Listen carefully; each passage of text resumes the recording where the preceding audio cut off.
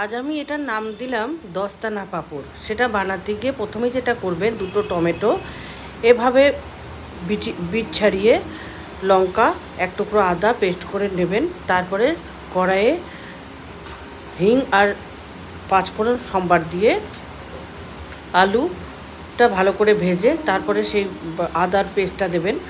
এরপরে পনির আর একটু কাজু বাদামের টুকরো দিয়ে একটা পুর তৈরি করবেন। এরপরে পাঁপড়গুলোকে আধা করে সেই পুরটাকে পাঁপড়ের ভিতরে ভরে একটু জল দিয়ে মুখটা ভিজিয়ে তারপরে বেসনের গোলা দিয়ে এটাকে একটু আটার হিসাবে ইউজ করে সেটাকে একটু আটকে নেবেন।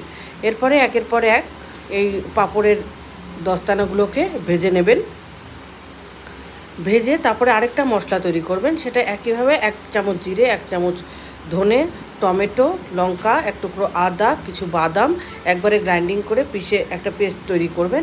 এরপরে কড়াইয়ে জিরে আর গরম মশলা ফোড়ন দিয়ে মশলাটাকে কষিয়ে জল ঢেলে শেষে কস্তুরি মেথি দিয়ে পাঁপড়গুলোর উপরে এইভাবে ঝোলটাকে ছড়িয়ে দেবেন। তৈরি হয়ে যাবে আমাদের দস্তানা পাঁপড়।